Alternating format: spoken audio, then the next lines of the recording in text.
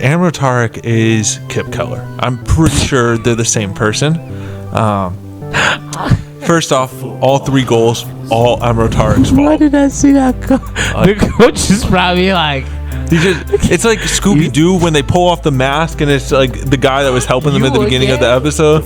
But yeah, so Amro Tarek is Kip Keller in a Tarek mask. All 3 goals, he was culpable, including...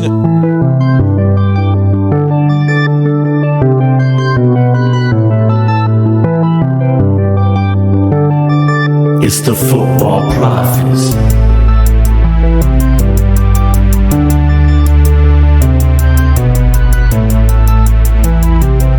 Welcome back, FP family, to Football Prophets, where 2 friends talk all things American soccer. And as always, I'm your host, Michelle, and I'm here with my good friend, Coach David. How you doing today, my man?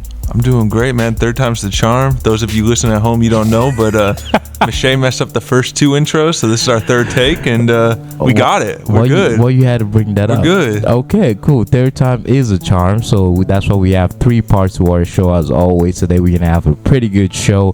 First part, we're going to go in depth about 2 games that we're going to review here. We're going to talk about the New York FC versus Inter Miami game. It was a pretty good game. Then we're going to talk about San Jose and Colorado Rapids. Pretty good game. Stayed up super late to watch that one. Didn't disappoint, at least to me. And then we're also gonna cover. We're gonna preview. Actually, these are games for next week. I'm gonna talk about that later. Let's move on. So our second part, we're gonna cover the rest of the games I played during our week 3. This is why this will be considered week 3. And then for our third part, we are going to cover the Concacaf Champions League. So we're gonna talk about a few of the games in there. Some teams that are playing: Violette versus Austin, Alianza versus Philadelphia, Tigres versus Orlando, Vancouver are playing Rio Espana, and then Alajuelense. I think I said that right. I think you were better on the first try there. Alajuelense. Alajuelense. Yeah. Alajuelense. There we go. I got it. Alajuelense versus LAFC.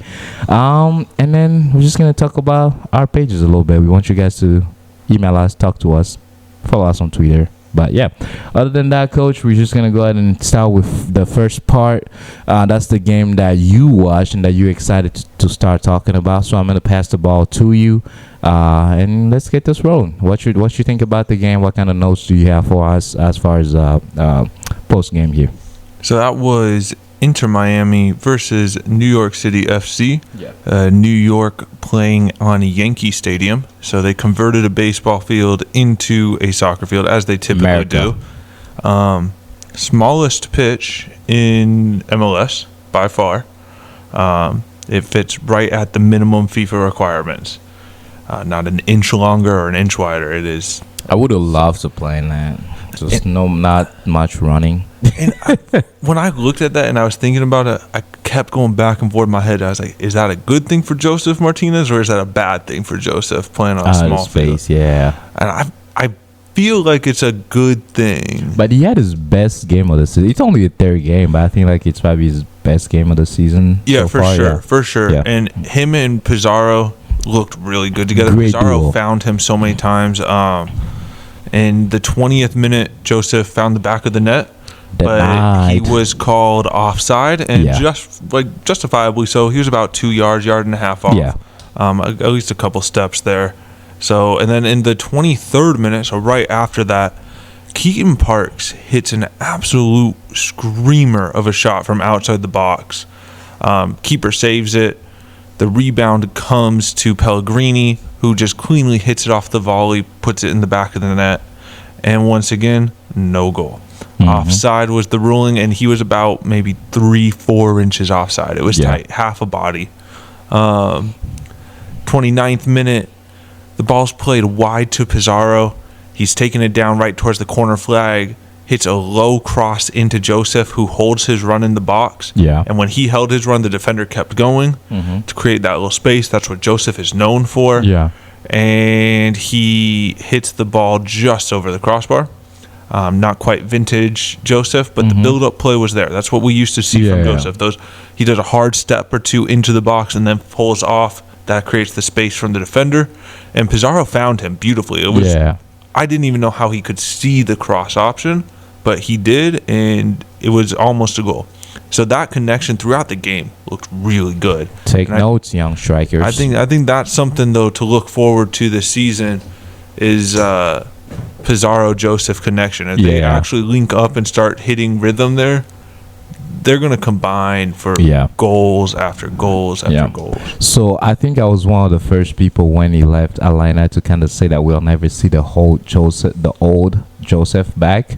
But I don't think we're going to hit the new Joseph. He's not going to be the MVP race Joseph probably anymore, but he's going to be a solid potential threat up there. I think he'll finish as a top 10 striker in the league. I'm okay with that, but the Joseph Ahold that came out and blew everybody's mind. I don't think we're gonna see that again. Yeah, scored 100 goals in 3 seasons. Ridiculous. So we're not gonna see that again, but for sure, definitely, I liked what I saw yesterday, and I'm happy that they went apart with Atlanta because he just got toxic there. So he has a new fresh air, new teammates, and looks like he has a good winger now that trusts him and sends him the ball every time he can. So that's good. Yeah.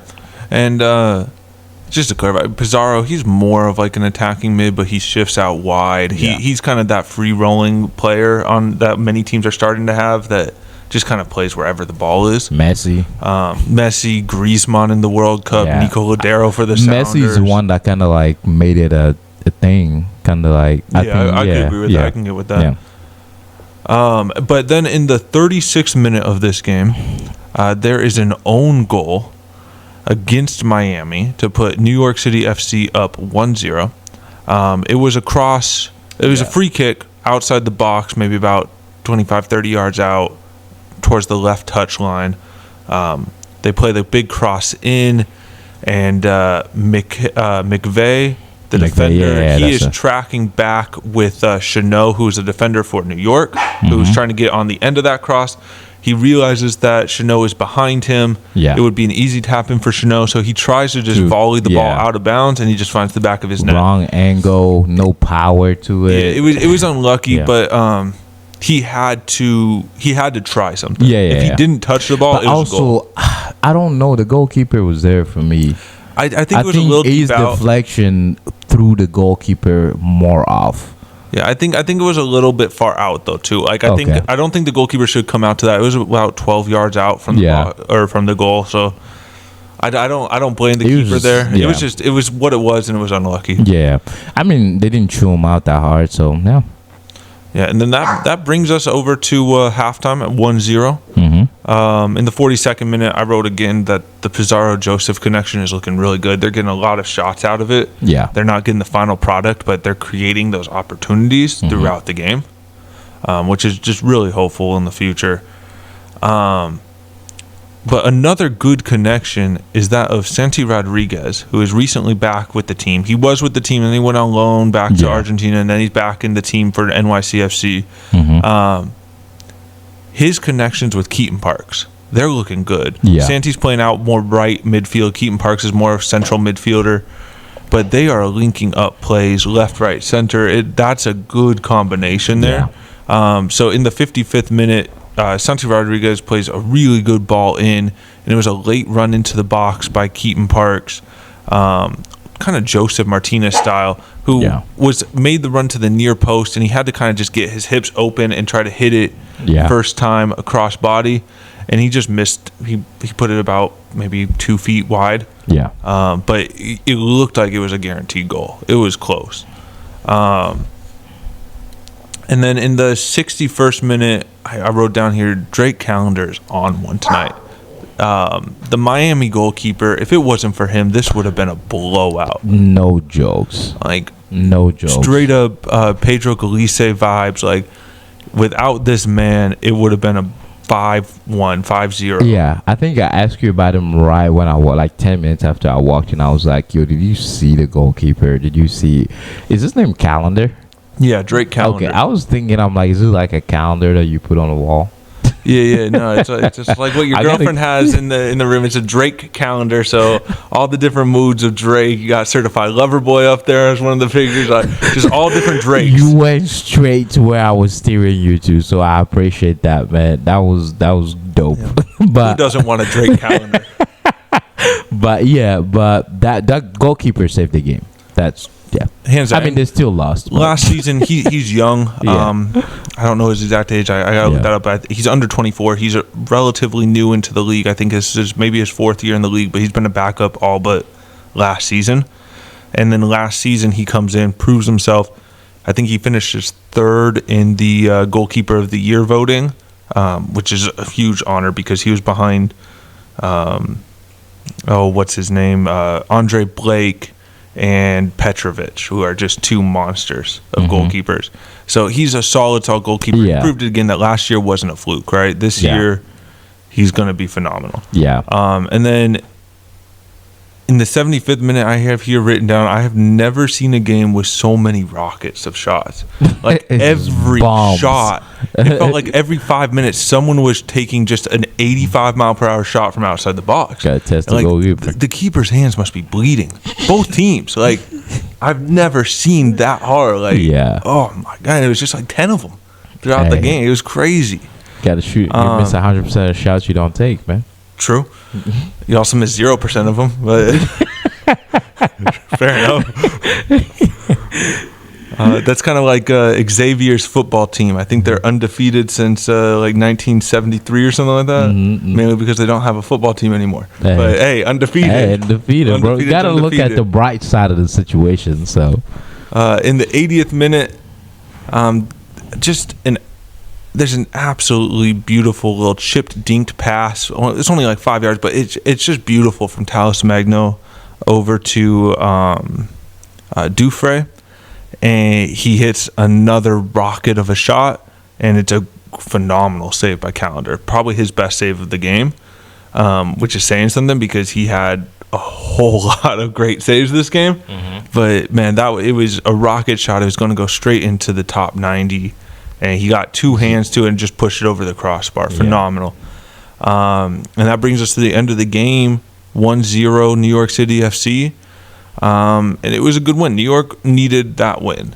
They really did. They haven't been playing confidently. Out there, I mean, so much turnover in their squad from last year. It's understandable, but they needed to get a decent win against a decent team. So I think that's going to go a long way.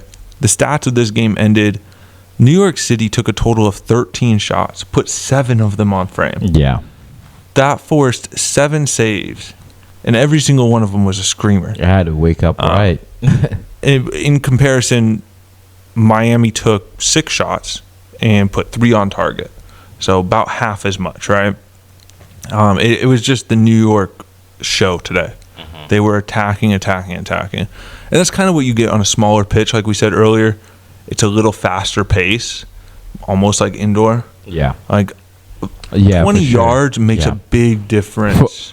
For sure. I just said in the beginning of the show when you said that, I was like, I would have loved to play in that. Yeah. If I was a professional with the type of conditioning that I have, bro, attacking as a midfielder, first of all, as an attacking midfielder, I would love that because it feels like 20 seconds and I'm right in there ready to shoot. Yeah, it's a fast-paced game. Yeah, and part of that was it was also a physical game, so it was entertaining on the eye. There was 8 yellow cards this game, split 4-4. Yeah, the other thing, Joseph, for the amount of injury that he had, he looked physically back a little bit. Yeah, he looked like the strong Joseph. That used to be. So I was excited about that. All right, anything you want to add into that, Coach? No, I'm good. That does us for New York City FC's 1-0 win over Miami. All right, awesome. Well, let me go ahead and pull up San Jose versus Colorado with Kevin Cabral getting his first start. I'm sorry, I got to stop this.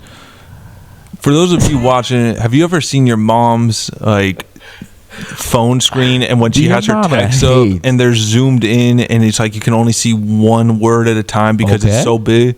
That is Michelle's notes right now. Bro. The man is blind. The man is blind. So you've been just hating since I got here, man. I need to be able to see my notes. He told me when he walked in, it was hard for him to go to bed last night because he watched Screen Time right before you bed. Gotta keep up with that. Man's 80 in a 20-something-year-old's body. It's sad. I ain't young no more, man. Gotta keep up with the my age and everything. Get enough sleep and all that. But I see this just fine. I went to the FC Cincinnati Seattle game today or yesterday. Yeah. And I was out. I got back at like 10:30 and I was exhausted. Jealous. I was so tired. Did you watch the San Jose? I put on the San Jose game, but man, I was so tired and I was like, man, when I was younger, we wouldn't start going out until 10:30. We just talked about this. Like, it's earlier, a nightmare. I just feel like when you pass 25, your body is like, yeah, 30 is coming. Yeah, for me, 27 was I threw my back out at 27. I was an old man at 27. Well, I hit the floor a couple times when I was in high school, college. So I think my body just responds to it a little early. But let's go back to the game, man. Kevin Cabral getting the stuff from Colorado. Oh my God, they should have sat that man down a long time ago. I closed my eyes every time he got the ball. Didn't like that. I was kind of curious with the formation that Colorado was playing because. And I'm going to kind of break the game down here with notes that I have, but it looks like they were just trying not to get scored on. The first half, at least. They were just trying not to get... Because, yes, they had 3 center back, but it looked like they had 5 defenders because they actually had, like, a right back and a left back. Yeah, you can think those were midfielders, but if you really think about the game, babe, for me, it was like... You're just not trying to get scored on. Everybody was dropping so low. Looked like they had 6-7 defenders on there every time. And San Jose was playing well to the point that I checked the possession. I was just like, well, the first 7 minutes is not a good sample size. But when I checked the possession in 7 minutes, it was 94 San Jose, 94% San Jose to 6% Colorado LFC, man. That I didn't like that at all. I did not like that at all. You have something like that? Yeah, I was just going to say, with what you were saying about Colorado and their defensive shape, they were playing a 3-back system. And when you play a 3-back system with wingbacks, you can play that one of 2 ways. Either you play it like a 3... Well, they have it set up as a 3-4-3. Yeah. And you can do it that way, or you can set it back and it looks more like a 5-2-2-1. Yeah. And... that was obviously the more attacking option, or the 3-4-3 is the more attacking option. Yeah, and they went for the defensive version of this shape. But the thing is, it's not my thing with that is that it's not the it is not. I don't have an issue with the formation. I have 2 issues with that. The first thing is that it was a sudden change. And we also know that it's just early in the season, so maybe I'm just here freaking out and the coach is trying new things. And they haven't scored a goal yet. Yeah, that's scary. And what kind of confidence were you going in the game as a coach? You just planning on being more defensively minded. Yeah, but with that, they have a kid playing up top. Yappy. I did not like what I saw from him yesterday. He's 19, I think, and he 18, wouldn't be their starter. It would be Rubio. Yeah, and they need Rubio to come back. Thank you. That kid needs. You can see some of the fouls he had. You can just see he's good. Physical specimen, not hitting on him. Fast, strong. He looks like he belongs. If they didn't tell you that kid was 18, 19, you wouldn't have guessed it. Yeah, for sure. But the fact that there's nothing building up there. Nothing building up there. So, minute 10, same thing. I was like, it looks like Colorado's only interested in playing defense, man. So, started, and not to get scared on, started watching the game from there. One thing I liked, though, about them playing that defense was Danny Wilson. Looks really good in there. Mm-hmm. Like I think they just brought him in.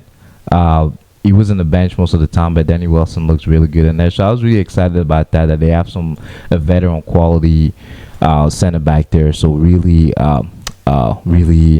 like that. And then the other player, and I'm giving shout outs, I'm going here because the first half was just that. Okay, except exposed I'm about to kill his name. Espinosa. Yeah, except for Espana. Phenomenal on the right wing for San Jose. Phenomenal. In the first half, he brought some excitement, which I'm about to kind of talk about here a little bit. But the other player that popped in my eyes was a couple. A couple played really well yesterday, pushing up the ball, sending those cross, those 1-2. I really like that. And I'm just singling out players here, man, because this was like a players game. I needed players to step up. Cade Cole. Yeah. Another child. Didn't see the excitement they have for him. Still missing a lot. Experience. Some of his run, making it late or too early, too exciting with the ball, not taking the right angle. There was a pass that got played in for him. Took the wrong angle to run at the ball. The goalie got the ball. He wasted a lot of chances. For the full 90, yeah, he didn't look great. Yeah. But like there were moments in that game where you could see his potential. And you hope as he develops, because again, he's another like 18-year-old, 19-year-old. Yeah. So you hope as he develops, that becomes physically those moments belongs. The pace was good. He can run with anybody. I am not again. He can run with anybody. So, and then minute 35. I think that's when the game started really. Espinosa blesses us with a shot, just about 15-20 yards out of the box. Just bang, hit the crossbar. Beautiful shot. The goalkeeper might have saved it with a fingertip. Keeper got the fingertips to it, pushed it onto the crossbar. Yeah, that would have been. So let's go. So the goal ended at 1-0, but let's think that he got that one, and then he got the one that he got in the second half. It would have been copy paste. Those two goals were nearly the same. Almost that would have made his night. But I also know one thing about Espinosa though. I know that he when he came into the game, the way he was playing, he was more interested in getting the assist to break like the San Jose record or something than he was interested in scoring a goal. But that dude is a savior. So minute 35, we started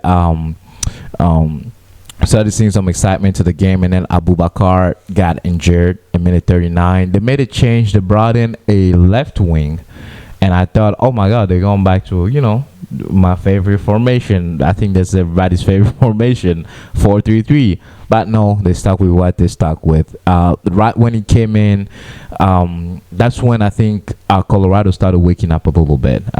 Cabral started pushing some ball up. Wasn't really too many good things, but at least they were getting some shots off. So, like that. Second half, right at the second half, San Jose gets a great opportunity, wastes it. Just wasted. The defender, I think it was because the defender, what's his name, Rodriguez, just not a forward. I think if he was a forward in that area, ball goes in, or any sort of attacking player, he just didn't put enough powers, and he was just essentially at that point, at that window when he was like those 2 seconds, he was just him and the goalie. Didn't put enough power in it, wasted that opportunity. And then minute 35, guess who again? Cade Cole, wasting everything. That's what I wrote. I said Cade Cole is wasting everything. Yes and no, but he's getting into the spots, right? Like for me, that's the big thing when you're looking at a young kid is he getting into the spots? Because eventually finishing, that will come. That's the easy part of the game. Bro, but is he getting into the spots? With me, for him, is the thing that will make him here instead of here is the little things. Exactly, and that's every player. But again, he's 18, 19 years old. He has another 10 years till he's in his prime. Yeah. Like, if he was 28 and missing that, maybe we bench him. But I just there's so much hypes with these young players that I'm like, is there not a veteran that can play in that? Not in a salary cap league. Get somebody. No, I think he's fine. You want him to get as many minutes and confidence under his belt as possible so that you can sell him. Yeah. Right? Like, you want to make big money off him. He's going to be a potential $10 million plus player in the future. Mm-hmm. You want to develop him. Yeah. You don't. I mean, don't get me wrong. I like him. I like everything about him. But yesterday, what I wanted to see from him, I just didn't see it. So I was kind of turned off a little bit. But overall, good player. Just yesterday was not his day. Yesterday was not, because he got a lot of opportunities. And then we jump right, because after that, pretty much this game was back and forth, build up. San Jose gets in the box, gets sent back from one of the defender of Colorado. Then they do this again, and it was that was the game most of the time. And obviously, San Jose ended up dominating the possession. I think it was like 60% or something close to that. But second half, minutes 78, Espinosa said, "Well, let me try this again." Because nobody wants to score. I eventually thought that game was gonna go 0-0. Just hits a right-footed beauty, just bang to the goal, and amazing goal, man. Yeah. So what happened there was, like Michelle was talking about, in the first half, he took a shot from deep and the keeper pushed it onto the crossbar for the save. Yeah. This was maybe 5 yards closer in. Yeah. And it was a little different because in that first half shot, he had the ball and he dribbled into space. Oh, and took it. This one, he got the ball back. Well, he got the ball. It was kind of like the ball was kind of played around. It wasn't clean, and the ball just kind of pops out to him, and he has to take a quick shot. Takes one and he touch. Rips it. Yeah. Keeper still gets fingertips to it, pushes it onto the crossbar, and it's in the goal. Yeah. The announcers were saying there was a slight deflection. I couldn't tell if it was a deflection or if it just knuckled in the air. It was definitely close to hitting the defender, closing him down. But I think it was a clean shot. I just think it knuckled. I just think he hit that so perfectly. But deflection or not, counts the same, 1-0. Okay, awesome. And then we fast forward. There's a substitution, right? So substitution comes in at about, I believe. When did this come in? Substitution. So fast forward minute 90, because the game went back to what it was. The game that was eventually the most exciting part. The game went back to what it was. Colorado building coming up, San Jose building nothing. And then 90th minute, 2 changes come in. Thompson and Beeson, I think I'm saying his name right. They took Espinosa out for Thompson, and that's the one I want to talk about. So first time Espinosa touches the ball, there's a kerfuffle, players, Jack Price out there, just doing his thing, throwing people around by the air. But that's why you get a haircut, Thompson, please. Just it gets thrown to the ground, and that was one of the probably the second most brutal, just toss down I've ever seen in MLS. For some reason, Jack Price gets a yellow, and then Montero gets a red card. Yeah, so with that, when you pull a guy by his head down to the ground, there's going to be a fight, right? Obviously. And there were 2 players kind of doing that budding ram thing head to head like that. Yeah, and Montero comes to break it up, and when he does it, he pushes off his player like this. Not even looking. And then he pushes off the other player the same way, not looking at him. And when he pushes him, he touches about that much of the neck. But the letter of the law says what? Hands to neck. That's a red card. Bro. But he was trying to defuse the situation. That's he was what I'm aiming saying. for the chest like he did with his player. And the other player, it wasn't with force. The player that he hit to the throat didn't react like he just got punched in the throat. I don't think he even felt that his throat was touched. It was maybe a centimeter onto the neck. It was almost all chest and a little bit onto the throat.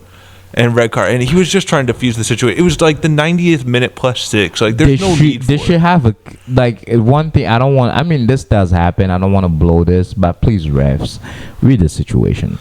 Yeah, exactly. And read it. That was such a freak. I don't accident. even know if the ref even saw that or if I think he was told in his ear. Yeah, he was told in his ear.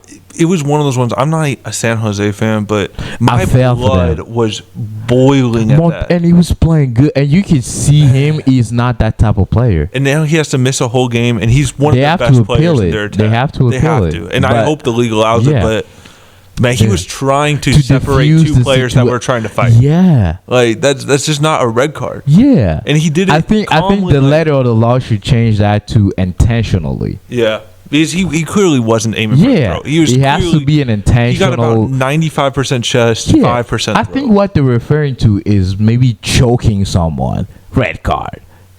But the famous if I'm Ronaldo gracing picture. your apples Adam, I'm just let me flake this thing on your apples Adam. Red card. I'm just going to throw this out there. It's Adam's apple. Flip that.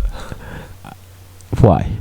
Because that's how it's called. It's Adam's apple. I think they got it. Apple's Adam. I think they got it. All right. Oh. I don't know, man. Every day I gotta deal with this. Some people don't want to be educated. It's fine. I am very well educated, bro. All right, Apple's Adam. Got it. Let's keep going. But yeah. So I was very turned off by that. Very turned off by that. Jack Price, I guess you can give him a yellow, but the fact that Montero got a red card, he should have gotten a red card, because that dude just grabbed Thompson by the ear, spinned him around, threw him to the ground, and then starts hugging everyone and smiling, and it's like, yeah, he's hugging people. Montero should have been hugging people too. Probably get a yellow, but it was just, that was ridiculous. I hope it gets overturned, and for sure. We'll stick updated on that. For sure. All right, awesome. So that is all I have for that as a game. Anything you want to add on that, Coach? No, all I did was, while you were talking, I pulled up a old Cade Cole goal against the Sounders, and this was last year. But just look at this goal. It won't be great airtime for our podcast, but look at this goal. He comes in off the wing, just with speed, hits it. Bro, just a screamer. I said this. Traffic. I said everything here. I said he's got. Look at his. He's got the physique. He's got the speed.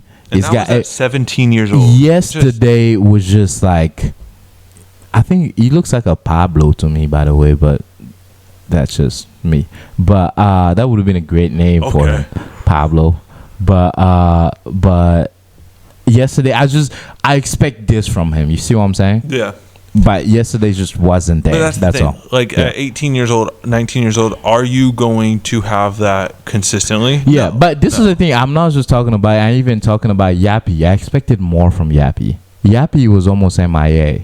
Like, to my standard, Yappy is a really good player. So to see both of those youngins, which this is a show where we rule for young players. Like, we want you to make as much money as you can. We want you to transfer out.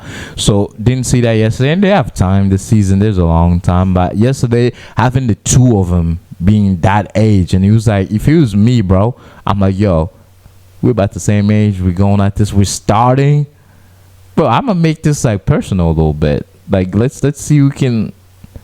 I mean, you can only make it as personal as the game allows it. Yeah, right? I get that, but every time you get the ball, make your opportunities count. And it feels like Heldwell had a lot of those. He had a lot of those opportunities, more than Yappy. So that's just my take on it. But yeah, that ends it. Oh well, we have some games we wanna preview for next week, Coach. Yeah, so next week's game of the week highlights that we're going to be focusing in on. Yeah, are Seattle versus LAFC. That's a no-brainer. When you see that's hands down. You know, I want Seattle to lose again. I was actually going to make fun of you today when Seattle lost. Man, they got mollywopped. We didn't get mollywopped. I know, you just won. We lost 1-0, and we had an equalizer that got called off for a foul in the I was just like, Seattle lost. Finally. But the other game that we're going to highlight is the Orlando-Charlotte game. Yeah. We're trying to highlight one West Coast game, one East Coast game. Yeah. But the Orlando-Charlotte game, that should be a good game, but nothing's going to live up to the hype of that Seattle-LAFC game. No. That's going to be phenomenal. That's a game. That's going to be fun. All right, awesome. So that concludes it for our first part. We're going to take a quick break, and we'll be back for part number 2. And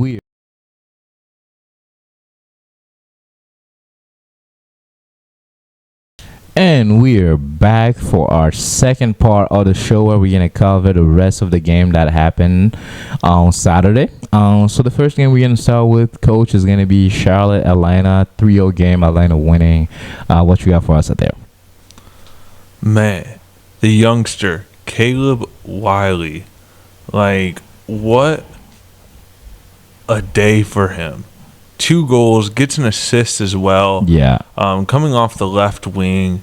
This kid is another, we're going to highlight young kids. He's 18 years old. There was an interview I listened to a couple years back. I think he was 15. And I can't remember who it was at the time. I think it was a coach that just came in or something. I can't remember. It wasn't Pineda, but they asked him. No, it was Miles Robinson. It was a player, whoever it was, but it was a player. And they essentially asked him, like, who's the next one we should be looking at? Like, who is the next young kid? And he goes, man, there's this 15-year-old in the academy. Yeah. And everyone kind of laughed. And he goes, now, Caleb Wiley. He's going to be a name to remember. 3 years later, 18 years old, 2 goals and assist. Man, mark this day down in history. The day Caleb Wiley arrived. And like, really he's good. A defensive-minded player, too. Yeah. And they started putting him up higher. Obviously, it worked out. But he's kind of, you don't want to say wingback because they don't play a 3-back system. Yeah. But he's a defensive first left midfielder. And when he was in the academy and when they were talking about him at 15 years old, he was a left back. He was a defender, pure defender. Okay. So they moved him up, mainly because Gutman is there at left back and he's a baller. He's one of my favorite players on that team. So he's not going to get minutes, and they needed someone to play, and he's doing his job, man. This Atlanta team, though, is just rich with young players. Like they have so much young talent on this team. Including, they still got the Argentinian too, Almada. Right? And Miles Robinson at their center back. Yo, I just had a thought. That's a scary team. If you old, if you like in your 30s, right, going up against wake young up. Kids just sprinting at you. Yeah, that's funny. No, so yeah, he just balled out, and that you can't say enough praise about this kid. He took his opportunity beautifully, and 3-0 Atlanta, get the job done the Queen City. Yeah, not mad at that at all. So that was a pretty good game. Was excited about that. One thing I like to see, I like to point out though, the parting ways of Atlanta and Joseph. I think we're seeing now that it was a good idea. It was a great idea. It was whoever had their maybe thinking that it wasn't. It was a great idea. I think Joseph is going to do well, and Atlanta is starting to best of both worlds. Yeah, and both parties you can see their mindset shifting. There's no toxicity in the locker room, so that's great. All right, so we're gonna move on to Vancouver versus Dallas. What you got for us on that game? We'll keep this tight. 1-1. Although Dallas scored both goals in the 5th minute, Sebastian Ibiaga, their defender who was with LAFC last year, I believe he played in the Cup final. Scores a decent goal that you expect a defender to score, and then in the 34th minute, Paul Arriola scores an own goal, and that equalizes for Vancouver, and it finishes 1-1. I like how you started it saying 1-1, but Dallas scored both goals. That's a great math right there. Yeah, guys, we're gonna score 2 goals today, and we're only gonna walk away with 1 point. That is not a way to get that. All right, so we're gonna move into DC and Orlando. What you got for us on that game, Coach? DC Orlando, when Wade Rooney is coaching, and they're going against Orlando right there, the Florida team. I clicked on the wrong team. I pulled up the Seattle-Cincinnati game. That's my bad. Remember when you guys got beat when Cincinnati beat Seattle? But no, so again, another 1-1 tie.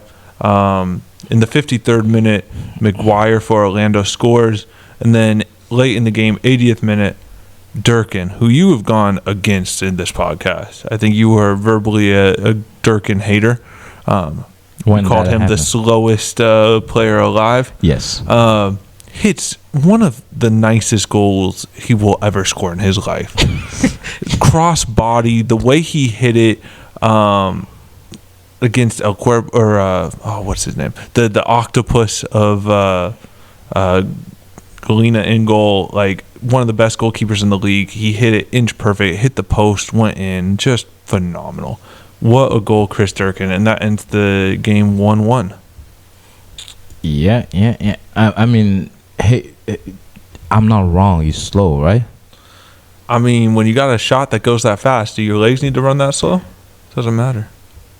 That's not the answer to my question. Doesn't matter. Is he slow? Yeah, but that doesn't mean you're a bad player. No. Was Javier Mascherano fast? Was Iniesta fast? He's faster than him. They both faster than him. That. Definitely not now. That dude be definitely not now. Slow Mascherano might be in a wheelchair. 50, man. Definitely not 50. Now. They're like 75 right now. Don't do that. All right, let's move on. All right, cool. Chicago and Philly. I thought Philly was going to just 10-0 this. Yeah, and it looked like it too because, first off, this game was tight the whole game, right? The goal came in the 90th minute. But leading up to that goal, Ebers got a red card, which was his second yellow, in the 50th minute. So they're playing down a man, Chicago, for the majority of the second half. And then Kai Kamara, after the goal happens, and he's trying to get the equalizer, right? He's pushing. And he comes in to try to win a ball, cleats way up, kicks, catches the chest of the defender with his studs. He knows he's going to get kicked out. There's a fight that's about to break out. He removes himself. He just walks away from it all. Yeah. He's an old veteran. I mean, he's going to this year probably break or become the second leading goal scorer in MLS history. He knows what he's doing. So he knew he was wrong. He walked all the way back to his goalkeeper, just talked to his goalkeeper for a little while players were shoving each other. He's like, I don't need to be there. People are just going to be mad. He took himself out of the situation. Yeah, smart move. And also, it should be noted that where his goalkeeper was, his defensive goal is very close to the tunnel to the locker room. Yeah. He knew he was going to get ejected. Yeah. So he was just hanging out. And then the ref was looking for him. He had no idea where he was. He was searching for him with a red card in his hand. And then finally he looked up, saw him about 80 yards away and just lifted. It was the furthest red card I've ever seen given. Like 80 yards away, he gives him the red card. I've never seen that.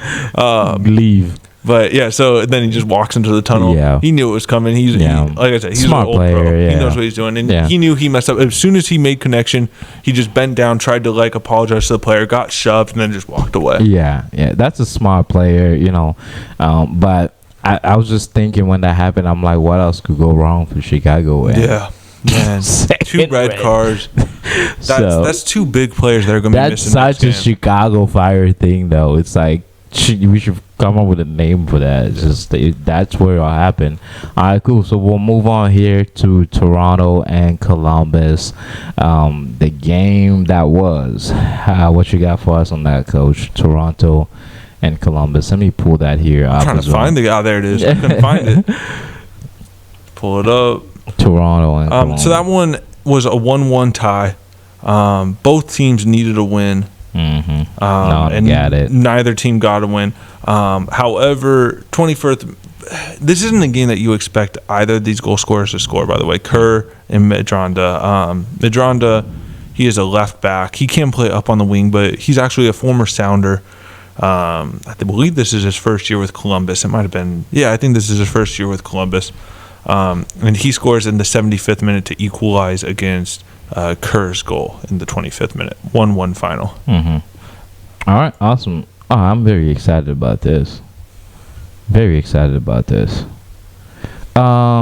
to introduce this game. Can we get a drum roll? Drum roll. Cincinnati and Seattle. So as we know, Cincinnati mollywopped the floor with Seattle 1-0. How you feeling? First of all, how's your health? How's your mental state? I'm good. The 10 minutes of added time, that killed me a little bit. Get beat live. So I was in stadium on this one. FC Cincinnati's goal from Brenner, their $7 million man. Essentially what happens is right before that goal, the Sounders, they're playing out of the back. The goalkeeper, Stephen Fry, he does an errand pass to his right back. Brenner, the ball gets broken up. I think it's Brenner again, wins it, is one-on-one with the keeper, hits it wide, it goes out for a goal kick, right? Yeah. And then instead of, in that situation, when things go wrong, you just got to change it up, alleviate pressure. So instead of on the goal kick going long, the Sounders decide to play out the back again. Again, it breaks down quickly. Brenner gets on the end of it, puts it in the net. It was just, everyone in the stadium knew it was coming, right? When you fail to build out the back and then you try to build out the back again, you're going to fail again. How much do you think that was the pressure compared to just a mistake, the pressure that Cincinnati put up? The first one was a pure mistake. Yeah. And then the second one was, I think, the pressure, because I think it gave the Cincinnati attacking trio their confidence in their press, and they continued to execute. Vasquez, by the way, is a phenomenal pressing forward. Yeah. One of my favorites in the league. Yeah. No, but for sure, as you guys know, I was just, that was sarcasm and making fun of Coach David, because Seattle Sounders' team, it was only 1-0, and plus Seattle did equalize, and game got called back. I'm surprised. I really thought Seattle was going to win, maybe like a 2-1 affair or something. Yeah, and there was a couple moments there. Rui Diaz was rounding a player, and he gets taken out, and the player ends up getting a red for dog so mouth, an obvious goal-scoring opportunity, which the referee got wrong in the play. He gave a yellow card. And then... and I was furious. I was screaming at the top of my lungs because if you call a foul there, it has to be a red. It was dog so red, so all the way. So in the 83rd minute, Hagelin gets a red card, and the Sounders just press the whole game. And then in the 90th minute, there's a cross in, and the big center back, Yaymar, goes up for the ball, heads it into the back of the net. Yeah. The crowd, meaning me, goes crazy. Everyone else in the stadium is silent. And then I see that there's a player on the ground. And I sit down in my seat because I'm sure this is getting called back for a foul in the box. And it was. There was a foul in the build-up committed by Yaymar Andrade. And he actually got a yellow card for his troubles. Yeah. And the game ended 1-0. Yeah, just one of those games. I'm sure they'll do very well in the standing. But, yeah, that's the game that was. But it was a pretty good game overall. Pretty good. It was. Yeah, Cincinnati, I'm very excited about Cincinnati. They might make some noise in the playoffs. They're a good team real this year. Loud noise, yeah. They were a good team last year. They're going to be a better team this year. Yeah, for sure. All right, so let's move on to your favorite team, Kansas City. Still don't know why it's my favorite team. Because you talk so much crap about them. Your favorite team, LA Galaxy. Yeah, that's my team. I we didn't lose. Then, LA Galaxy is your favorite team unless they lose. And then LAFC becomes your favorite team, I'm right? a Is winner. that how that works? I'm born winner. LA. But no, LA Galaxy is my team. Win or lose. It's my favorite team, man. I can't wait for the derby when we play you guys. That'll be our derby, I guess. I guess they have no rivalry. But no, there's an old rivalry going back there. But again, 0-0 final. Not much to say about that game. And move on. We're done. That was fast. All right. Cool. And then we're gonna go to Minnesota that played the New York Red Bulls. That game. Let me pull that here as well. Minnesota played the New York Red Bulls. So 1-1 affair. Yeah. 1-1. Longwayne. I don't know how to say that name. Hlong Wayne scores in the 18th minute for Minnesota. And then in the 49th minute, right at the beginning of second half, New York equalized with a Reyes goal. I don't like early goals. No, it's a lot to hold on to. Yes, it's a lot. You got to. You have to make, when you score early, you have to make the mindset. Do I continue to try to score? And Minnesota is going to say no. Because that's who they are. They're not a great goal-scoring team. I would say, as a coach, I'll say yes. But then to have 82 minutes to have to sit defensively, that's tough. That's what I'm saying. Against too. New York Red Bulls, you're not doing it. So I either want to see a second goal before the half, if we score that early, or I want to see a goal right when we come out the second half again. Yeah. That as a coach, that'll make me feel way better. But, yeah, so 1-1. That was it. Let's move on. So we're going to be covering here Nashville and Montreal. I'm very Nashville is one of those teams that I didn't, when you told me that they would like take over the East, I was like, they're coming in, they're going to now, but they're doing very well. And they're doing it almost all because of the kid Jacob Schaffelberg. Just 23 years old, and he is balling out. Like, I can say this. Me, right here, I'll say it in front of everyone on oath. I did not think Jacob Schaffelberg would be starting for Nashville. Yeah. I did not think he would be a star for Nashville. But I'm on oath. You don't have to hand to God. But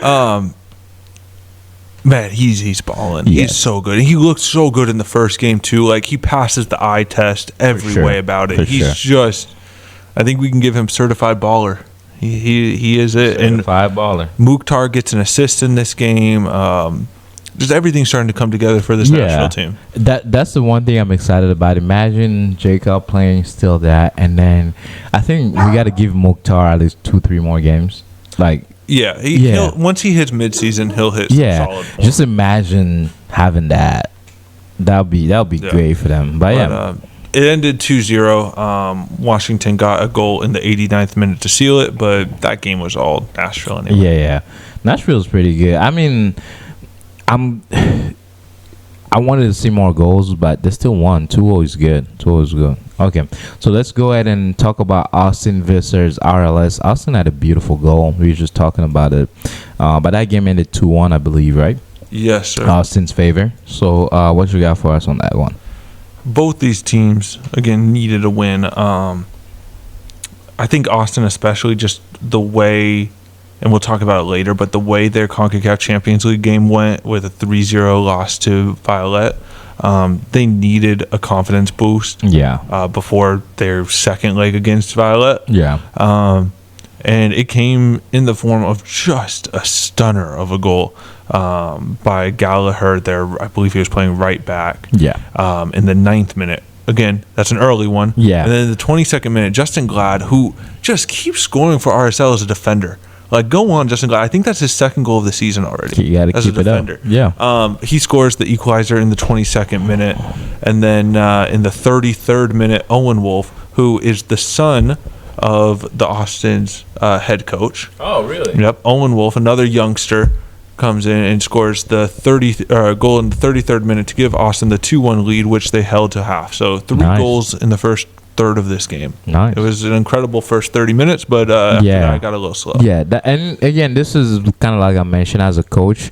If we score in the 9th minute, in the 30th or 40th minute, I want to see another goal to make me feel at ease a little bit. And it's good that you responded because you allowed a goal, but you responded relatively quickly by scoring one of your own again. So. And then we have the rest of the game to potentially either hold this or put another in the back of the net. So, all right, cool. So, good game there. Let's move on.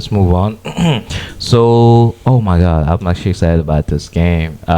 St. Louis played against Portland. St. Louis won their third game in a row. Game in a row. We're going to find the old podcast where I did have them ranked low. But I did say, what are the chances they come in with the mentality as a new team and just put the league on notice? You don't think I said it? I think I said it. I just remember you saying they will not make the playoffs. I said they will not make the playoff, but they can make some noise. And looks when like 9 of the when 60% of the teams make the playoffs, not making the playoffs is not making noise. You don't make noise and not make the playoffs when literally over half the team make the playoffs. If you're 10th as a new team. 10th of 14? That's not making noise. You're a new team, That's not making noise. No, when you have the start, you want to play off. Do you think they can make the playoffs? I want to see one more game. I want to see them. Okay, let's say it doesn't need to be a win against San Jose. I just want to see a good performance. Yeah, so let's say they go with San Jose, they tie or probably whatever, they don't lose, and they don't make the playoff. Do you not say that? Wow, they made some noise in the beginning of the season. In the beginning of the season, yeah. That's what I was talking about. I'm not expecting them to do anything crazy. I'm expecting them to shock people a little bit, and that's it. Are they shocking people? No one's won the cup. They're not going to win the cup in March, right? What? Like you gotta wait. You gotta well, they're also not going to win the cup. But no, I've not shocked you with this beginning. I'm a little stunned by it. And that's all I was saying. That's all I was saying. But I'm still in the vote. We talked about this earlier. I still think that there's a very real possibility where they'll finish. They're first right now. Of the table. They're first right now on the ranking. Yeah, but what I'm seeing from them is they're scoring goals, but are they goals that you can continue to get? They're not consistent goals. They're not. They're fluke goals. They've had. There's no build up. Really there's goals. There's no structure to their goals at all. One of their goals came off of a free kick outside the box, essentially a really deep lying corner kick. And Portland, we saw them allow 3 corner kick goals last game. Portland can't defend corners, so that's one of your goals right there. That's not the weakest header I've ever seen. You're not going to replicate that goal against LAFC. You're just not. That's not possible. It wasn't a goal against anyone but Portland, who suck at corners, right? But their first goal of the game, and that's what I was talking to you about. I was like, if I know as a coach that my team is doing that, bro, I do not care about offside. I'm putting something in the near post, at least one person. Yeah. Because I'm gonna tell them that's why I'm doing that. Until we get better, we're just gonna not worry about having people offside during corner at all. No, during free kicks. It was nice. Yeah, during free kicks. But again, good 2-1 win there. They tie the Sounders in the record of most wins to start the season in your inaugural season with 3. If they win against San Jose next week, they become the best expansion team in MLS history over the course of 4 games. Are they the new Seattle Sounders? No. Okay. Hot take denied. They're not. All right, let's move on. Let's move on. Okay, so we're gonna do a preview on LAFC playing Sunday today because we record on Sunday. But they're playing the Revs. So backstory a little bit before we move on. Coach David does the rundown for us, and his abbreviation are just insane. I'm suggesting for New England, let's just do NE. And dude thinks I'm gonna think he's talking about North Egypt if he puts or Northeast. I put down Rev for the Revolution. I think they're called the Revs. Everyone calls them the Revs. I put down Rev. Who else do you think when you look at REV? I don't know. What if we're like interviewing a reverend and yeah, because that's what our listeners want. Reverend, what you think about the game, Reverend Bishop?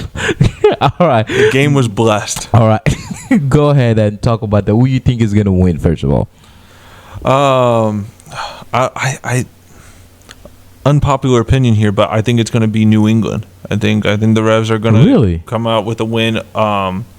Away from home, they're playing in LA, and I think they're just gonna get the win. I just have a feeling. Yeah, okay. I think that's gonna put them at 3-0 as well. So I think they're gonna have a very good start to their season. Score prediction before we move on. 2-1. Okay, I'm good with that. All right, awesome. That closes it for our second part. We're gonna take a quick break, and we'll be back to talk about the Concacaf Champions League and some games that we're gonna highlight here. And we'll see you guys in a little bit.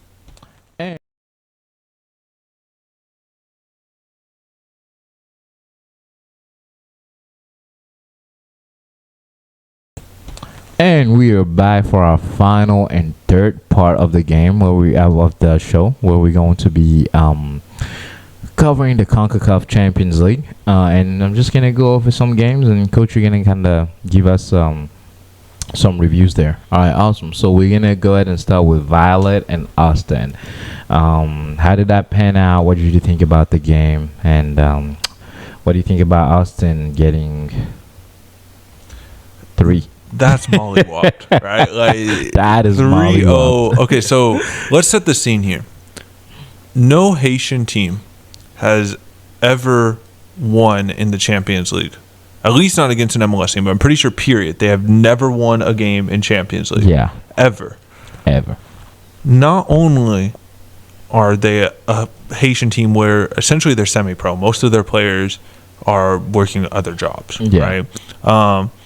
But they are also not playing in Haiti. They had to go play this game in the DR. So it's not even a home game for them. Playing out of their country, having to travel, not the same fanfare. Yeah. And they whoop on Austin, who just haven't looked like Austin of last season, right? Like they have not looked good this season at all. 3-0. And man, last time we talked about Austin, I went in on Kip Keller and his performances and essentially how he was liable for all 3 goals that they allowed in the St. Louis game. And so in response to that, they bench him. They bring in another guy, Amro Tarek. Amro Tarek is Kip Keller. I'm pretty sure they're the same person.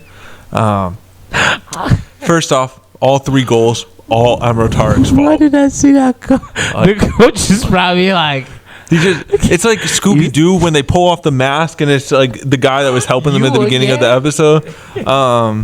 But yeah, so Emre Tarek is Kip Keller in a Tarek mask. All 3 goals, he was culpable, including just about the best own goal you will ever see in your life.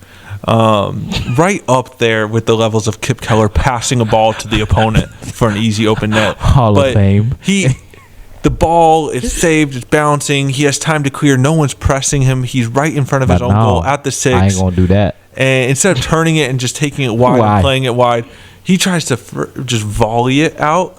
Why would I do that? He ends up turning it into a scissor kick, so like a half bicycle, and just laces it into the side net. Phenomenal goal. Like, if not an own goal, it would be up for goal, like a Puskas Award. Goal of the year around the world, right? Phenomenal goal, own goal. So then it should be in the top 10 goal. It should be noted, we didn't talk about this when we were talking about the recaps.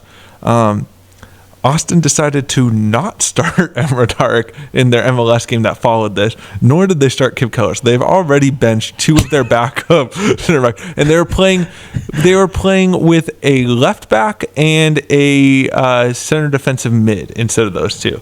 That is what they have decided are better than their actual defenders are to put in a left back. And then they just win with that? Yeah. So, nightmares for Austin's center back depth. They need to address that. Also, I'm available, Austin. The stadium that they played in the DR. Can I cut my promo? I'm available, Austin. Come get me. Thank you. All right. Reach out to my Moving on. They don't want a third nightmare performance. But it should be noted that the stadium that they were playing in, I think it's called Volcano Stadium or something like that. Some crazy name, which I love. Behind the goal, one of the goals, there's no seats. There is a massive tree. Just a huge, like, oak tree. Like, if you saw this as a kid, you would want to climb it. You would have no choice but to climb that tree. One of the most beautiful trees I've ever seen in my life, just right behind the goal. And that's probably a bad omen for Austin, whose literal logo is a tree. Hey. Right? Like, you have that set behind the goal? Man.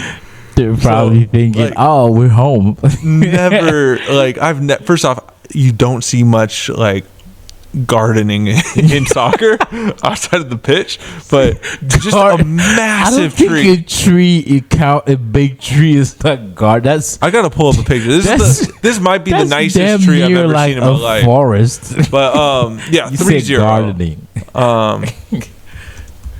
Bro, you killed me with that one. Well, we can move on. That Austin got whooped. They're gonna play at home. Violette, they have some visa issues. They're not going to have their whole team coming to the States to play Austin. They weren't even sure if they were going to have enough to field a team, so they thought they were going to have to forfeit, but they've given assurances they will have a team to field, but it won't be all of their starters. And I think Austin at home actually have a chance at coming back. So I'm not writing Austin out yet. Just because the team won't be all fully equipped. That's very and I mean, again, they're a Haitian team, right? Like they just don't have the skill level of player. Team that's just mollywops y'all, man. So I won't be talking down to them. All right. So Philly went against Alianza, and that was kind of different. Yeah, she ended up being 0-0 there.